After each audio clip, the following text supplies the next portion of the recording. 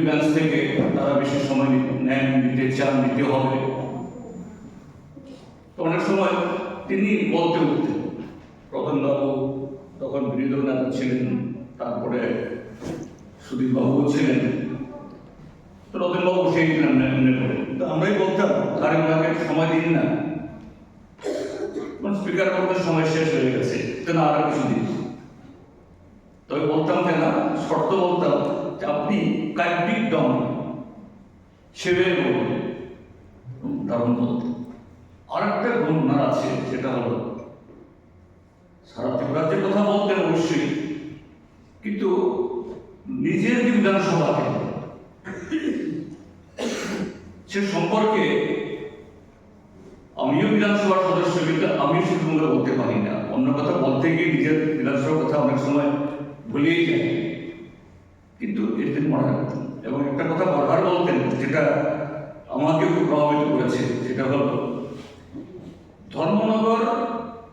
ধর্মনগরে রেলের ডিভিশন চাই।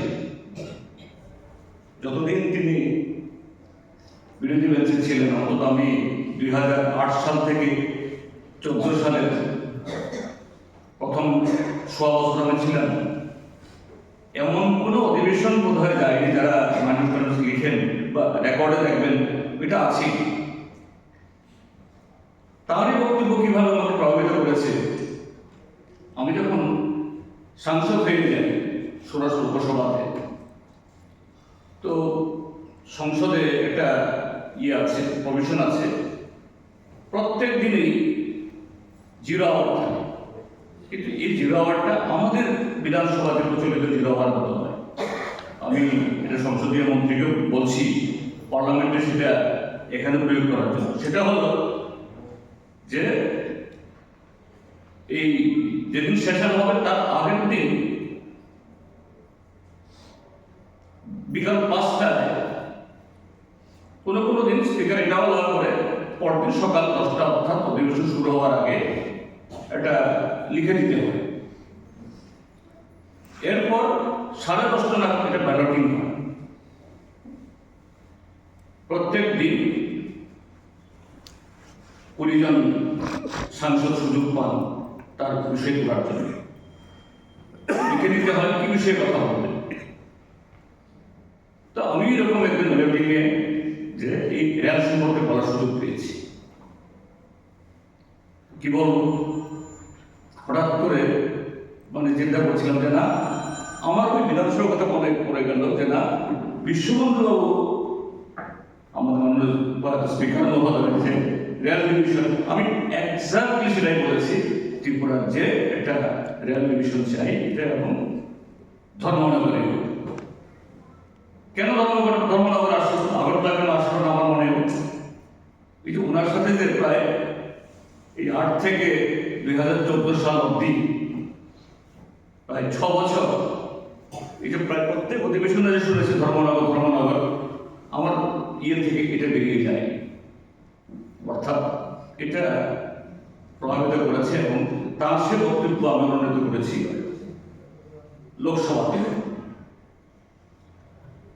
তারপর আরেকটা কথা খুব মনে আছে, খুবই যে ওনার প্রয়াত হয়ে যাওয়ার পর আমার খুব মনে পড়ছে, সেটা হলো যে যেদিন তিনি স্পিকার হন, তা আমি তখনও লিডার অপোজিশন হইনি, সিপিএম দলের ফ্লোর লিডার। তিনি খোঁজ দিয়েছেন যে আমি আছি কিনা, তো আমাকে ডেকে নিয়ে গেলেন, চাটা খাওয়ালেন। আমার যেহেতু বয়স বড় হলেও তিনি খুব আদর করে যত্ন করে আমাকে জিতেন দাবে রাখেন সবসময়, তখনও স্পিকার হওয়ার। এবার বললেন আপনি আমার সাথে বয়সে বড়, কেন আমাকে দাদা বলছেন? তো না, আপনি তো আমার থেকে এই বিধানসভাতে প্রায় 15-16 বছরের পর, এই জন্য এই সভাতে আপনাকে আমি সম্মান দিই। ঠিক আছে, তো একটা কৃতজ্ঞতা আপনাকে জানাবো আজকে। সেই কৃতজ্ঞতা কি? সেই কৃতজ্ঞতা হলো যে আমরা যখন বিরোধী বেঞ্চে ছিলাম, সব এই লিডার অপোজিশন তিনি সময় নেবেন বেশি, ওনাকেই প্রেস করতে হয়, প্রিজার্ভ বেঞ্চ তার কথাই বেশি শুনবেন। তা আমাকে বসিয়ে দিতেন। আপনি আমাকে তদন্ত মনে আছে কিনা জানি না, আমি বলতে পারি আপনারা বিশ্ববন্ধু বাবুকে কেন সুযোগ দিচ্ছেন না। তার ভেতরে এই যে হাউসকে ইমপ্রেস করার জন্য, প্রভাবিত করার জন্য যে ট্যালেন্ট আছে, যে আর্ট আছে, আর ওনাকে সুযোগ দেন না কেন? এবং আপনি আমাকে বলতেন যে না, আপনি একদিন আসবেন, চিন্তা করবেন না, আপনি এখন পেছনে আছেন, সামনে আসবেন। উনি, আমি কবে বলেছিলাম প্রথমে জানি না, উনি ঠিক মনে রেখেছেন। তো স্পিকার হয়ে যাওয়ার পর আমাকে চা খাওয়া থেকে বলছেন, জিতেন্দা আপনি আমাকে বলেছিলেন শীর্ষবাদে আজকে আমি এখানে এসেছি, ঠিকই বলেছেন, আপনি একদিন সামনে আসবেন, যখন এসেছি। যারা বাইরে থেকে আর আরেকটা পরিবার যারা আমরা এই বিধানসভার বর্তমান বা প্রাক্তন সদস্য আছি, এবং আপনারা সকলে, আপনাদের প্রতিও আমি গভীর সমবেদনা জ্ঞাপন করছি। তো এটা ঠিক যে তার বয়স হয়েছিল ৭২ বছর, কিন্তু তিনি এত তাড়াতাড়ি চলে যাবেন এটা গুণাক্ষরেও নিচ্ছে আমাদের কারো সেরকম মনে হয়। তিনি অসুস্থ হয়ে পড়েছিলেন, কিন্তু তার যে একটা নিজেকে উজ্জীবিত করার যে শখ, ব্যক্তিগতভাবে যে সে আঘাতটা কঠিন হলেও এটার সাথে মোকাবেলা করে সে যুদ্ধে বিজয়ী হয়ে তিনি ফিরে আসবেন সংহিমায়, আবার আমাদের এই বিধানসভা তথা অধিবেশন পরিচালনা করবেন, এটা আমার দৃঢ় বিশ্বাস ছিল। এবং যে কোনো দিনই তিনি ফিরে আসবেন, ঠিক এরকমই ভাবতাম যে একটা সুখবর পাবো, তিনি আসলে যদি বিধানসভা তো না আসেন, তার বাসায় গিয়ে হলে দেখা করবো, এরকম ভাবেই আমি মনে মনে অপেক্ষা করতাম। যাই হোক, এটা প্রকৃতির বিধান, সবাইকে চলে যেতে হবে। তিনি এই যুদ্ধে আপাতত হেরে গেছেন, আজকে আমাদের মধ্যে নেই। তো আজকে তাকে আমরা স্মরণ করছি। অবশ্যই একটা মানুষের নানা দিক আছে।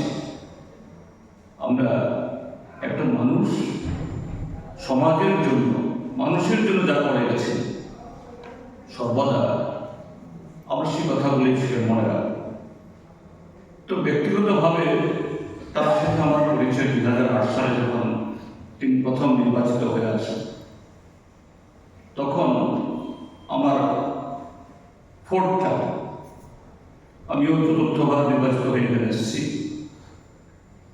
আমরা টিচার বেঞ্চে, তিনি বিরোধী বেঞ্চে। আমার থেকে বয়স হতো প্রায় ৫-৬ বছর বড়। স্বাভাবিকভাবেই যারা বিরোধী বেঞ্চে থাকে, এটা যে কোনো সময় তাদের চেষ্টা থাকে হাউসকে গোটা, শুধু যারা এই সভার সদস্য তারা না, অন্যরা কথা না বলল, বিধানসভার যে সচিবালয় এবং সবাইকে নিয়ে আর সমস্ত স্টাফ, যে কোনো সদস্য, টিচারে হোক বা অপোজিশন বেঞ্চ, তারা চেষ্টা করেন তাদের কথা বলার যুক্তি এবং তার নানা ভঙ্গিমার মধ্য দিয়ে কিভাবে যে জনগণের বক্তব্যকে পৌঁছানো যায়। শুধু মিডিয়া যারা আছেন অবশ্যই তারা তো খুবই ইম্পর্টেন্ট, তাদের কাছে পৌঁছানো, এমনকি এমনকি বিধানসভার চেয়ার টেবিল কার্ড সবাইকেও যাতে কনভিন্স করা যায়। তো আমরা দেখতাম যে বিশ্ববন্ধু বাবু খুব সুন্দরভাবে তিনি একজন শিল্পী নাটক ইত্যাদি করতেন এবং দেখেছি ওনার চেম্বারে গিয়ে স্পিকার হওয়ার পর আমরা কথা যখন বলি তখনও রবীন্দ্রসঙ্গীত তার ইয়েতে বাঁচত কম্পিউটার থেকে, সেখানে যে ছোট্ট বক্স আছে সেখানে, অর্থাৎ খুবই সঙ্গীত প্রেমী এবং শিল্পীরা সাধারণত উদার মনের হয়। একটু সময় পেলেই গান শোনার, আবৃত্তি শোনার চেষ্টা করেন, তিনিও তাই ছিলেন। তো সেই তার যে গুণটা, এটা বিধানসভার মধ্যে গুরুতর রাজনৈতিক, অর্থনৈতিক, সামাজিক বিভিন্ন স্কুলে তারা শুনে যেত। তার সেই আর্ট, সেই স্কিলটা এত দারুণ ব্যবহার করতাম। খুব খারাপ লাগছে এই কথাগুলো তিনি বলেছেন, সেদিন আমাকে মনে রেখেছেন কথা। তো এখন আমাকে যদি জিজ্ঞেস করেন কেউ, অপোজিশন বেঞ্চের বিশ্ববন্ধু সেন আর প্রেজেন্ট নয়, স্পিকার হিসাবে কোন রোলটা আপনার কাছে খুবই ইম্পর্টেন্ট মনে হয়? আমার মনে হয়েছে যে অপোজিশন হিসাবে তিনি যে রোল রেখেছেন অসাধারণ। মানুষের কথা বলতেন, এলাকার কথা বলতেন। এটা আমরা যারা এই বিধানসভার সদস্য প্রত্যেককেই তার এই গুণকে আমাদের অনুসরণ করা দরকার।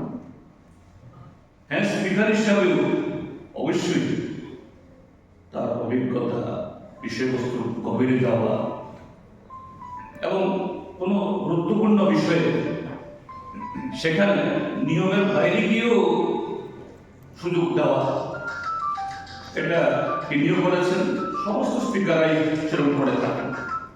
তো এদিক থেকে আমার বাধ্যবাধকতা সেখানে আছে। যদিও স্পিকারকে তার আসনকে বলি আমরা নিরপেক্ষ আম্পায়ার বা রেফারি, কিন্তু সবসময় হয়ে ওঠে না।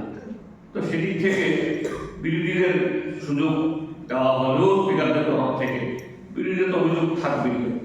যাই হোক, আমি সেই দিকের থেকে বলছি না, কিন্তু আমি বলবো এই হাউসে তার সাথে 2008 থেকে 14 6 বছর এবং 2023 থেকে 25 এখানে 2.5 বছর আমার কাছে সেই বিশ্ববন্ধু এটাকে অত্যন্ত উজ্জ্বল এবং অবশ্যই একজন স্পিকার, অধ্যক্ষ, আম্পায়ার হিসাবে তিনি অত্যন্ত দক্ষতার সাথে, যোগ্যতার সাথে তার দায়িত্ব পালন করে গেছেন। এটা আমাদের সকলের কাছে অনুকরণীয়, শ্রদ্ধা আমাদের হৃদয়ের মধ্যে কাছে থাকবে। তাকে আমরা হারালাম, এত তাড়াতাড়ি আমরা হারাবো এটা আমরা আশা করি। যাই হোক, মাননীয় প্রয়াত স্পিকার বিশ্ববন্ধু সেন, তার পরিবার পরিজনের প্রতি আবারও আমি গভীর সহযোগিতা জ্ঞাপন করছি এবং বিধানসভা হিসাবে যারা আমরা এই পরিবারের সদস্য তাদের সকলের প্রতি প্রয়াত বিশ্ববন্ধু সেন, আমাদের মাননীয় স্পিকার, তিনি তার স্মৃতি আমাদের মনে অমর থাকুক, যাবো